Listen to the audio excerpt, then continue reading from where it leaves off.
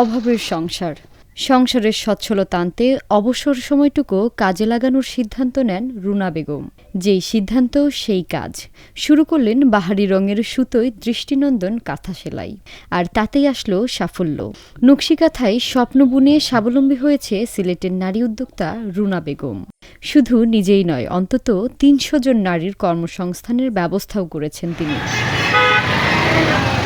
সিলেট নগরীর শহীদ ঈদগাহ এলাকার বাসিন্দা রুনা বেগম। স্বামী, এক ছেলে ও এক মেয়েকে নিয়ে তার সংসার। ২০০৮ সালে একাই শুরু করেন নকশি কাঁথার কাজ। কয়েক মাসের মধ্যেই আশেপাশের নারীদের প্রশিক্ষণ দিতে শুরু করেন। আমরা নারীরা কাজ করি বা বেঁচে থাকি, স্বামীর পরিচয় বা বাবার পরিচয়, নিজের কোনো পরিচয় থাকে না। তো আমি চাই আমি আমার নামে পরিচিত হইতে, এর জন্যই উদ্যোক্তা প্ল্যাটফর্মে আসা আর কি। আমি একলা প্রায় ২ মাস কাজ করছি। কাজ করার পরে দেখছি অনেক মহিলারা বেকার বইতেছে, কাজ নাই। হেরা করে আপনারা কিছু কাজ দেও। তখনও দেখছি মার্কেটেরও চাহিদা বাড়ি গেছে প্রোডাক্টর। তখন আমি মানুষ নিয়োগ দিছি ৫-৬ জনরে। এখন ছোটোখাটো একটা প্রতিষ্ঠান আছে যেখানে আমি মালগুলারে রাখি বা ডিজাইনগুলা রেডি করি, কাটিং করি, মালগুলা মেশিনে জোড়াই মারা দেয় এগুলা। তারপরে যারা আমার কর্মীরা আফুরা তারা বাসাত নেন গিয়ে নিয়ে তারা সেলাই করেন, সেলাই করিয়া পরে আনিয়ে আমার কাছে দিয়া যায়। পরে আমি মার্কেটে এগুলা সেল দিই আর কি। প্রথমে নিজের ঘরেই কাজ রাখতেন রুনা বেগম। এখন বাড়ির পাশে একটি ছোট দোকান ভাড়া নিয়েছেন। সেখানে রাখা হয় তৈরি করা নকশি কাঁথা।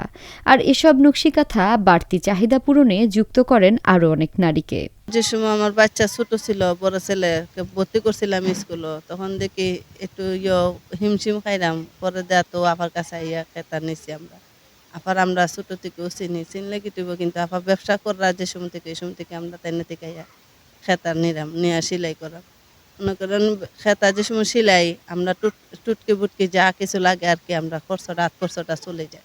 নকশি কাঁথাগুলো ৮০০ থেকে ৩০০০ টাকার মধ্যে পাইকারি দামে বিক্রি করা হয়। শুধু দেশে নয়, দেশের বাইরেও এর কদর বেড়েছে।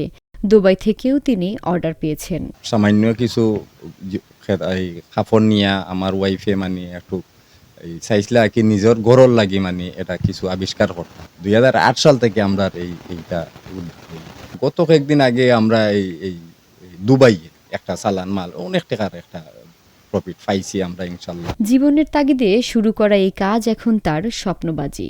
৩০০ নারীকে নিয়ে কাজ করলেও তার ইচ্ছে আরও ৩০০ নারীকে স্বাবলম্বী করা এবং নকশি কাঁথার জন্য একটি পূর্ণাঙ্গ গার্মেন্টস তৈরি করা। নকশি কাঁথার হাত ধরে শত শত নারীর জীবন বদলে দেওয়া তার স্বপ্ন এখন। হ্যাঁ, ইনশাল্লাহ ১৬ বছর ধরে করলাম। ৩০০ বোনেরা কাজ করে। আসলে সিলেট আমরা এলাকা কর্মস্থলের জায়গা নাই।